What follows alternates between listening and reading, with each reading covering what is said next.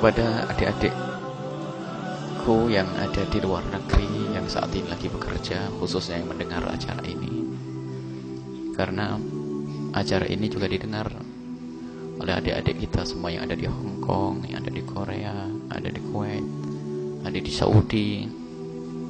Maka kami himbau, jika Anda seorang wanita, wahai adik-adikku,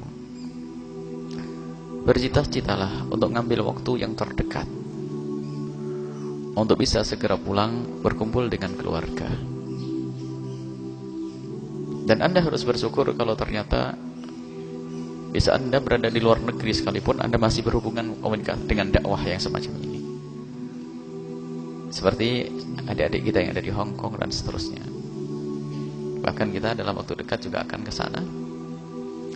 Mereka juga rindu pengajian. Akan tapi ketahuilah, anak-anak di rumahmu lebih butuh kepada sentuhan tanganmu. Kehormatan dan kemuliaanmu pun harus kalian perhatikan. Jangan sampai mengejar dunia tapi terhinakan. Ini harus jadi bahan renungan setiap saat untuk adik-adikku yang ada di mana, di luar negeri sana, yang jauh dari orang tua. Kehormatanmu, kemuliaanmu, ketahuilah kebahagiaan yang sesungguhnya adalah di surga nanti. Dan insya Allah kalau kalian dengar ini semuanya, kalau kalian dengar karena Allah, Allah akan buka rezeki di negerimu, bersama keluargamu, bersama suamimu, bersama bapakmu, rezeki yang penuh keberkahan. Karena kalian pulang karena Allah Subhanahu wa ta'ala. Jangan jauh dari orang tua, jangan jauh dari suami, fitnah. Belum lagi, sadarkah kalian anak yang kalian tinggal? Ada sebuah informasi seorang ibu meninggalkan anaknya. Dan memang ibu ini baik, sehingga anaknya di rumah hanya bersama dengan neneknya saja yang sudah sepuh, yang kadang dibentak oleh cucunya pun tidak bisa berbuat apa-apa. Sang cucu diberi terus uang dan uang dan uang. Semakin banyak kawan, dan kawannya tahu kalau dia banyak uangnya. Mulai berkenalan dengan dunia yang tidak baik, mabuk dan seterusnya.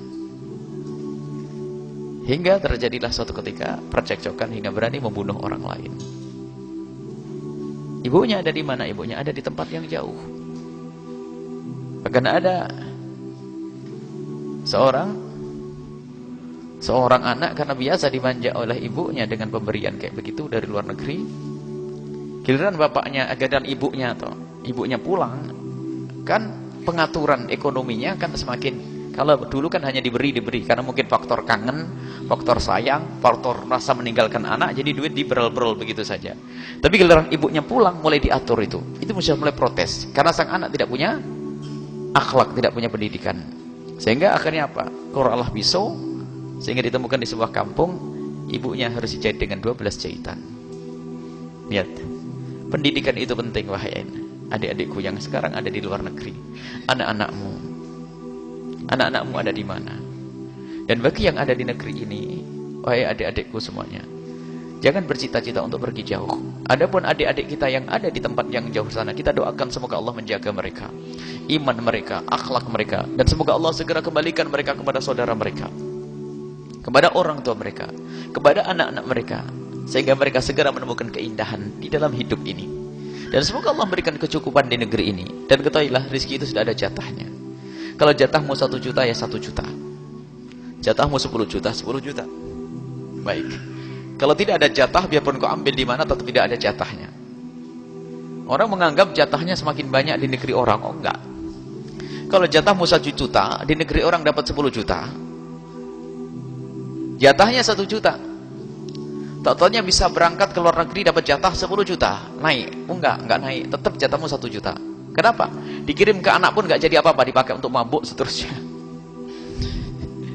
Tetap yang utuh adalah 1 juta. Maka lebihnya itu tetap jadi neraka nanti. Jatahnya jatah sudah.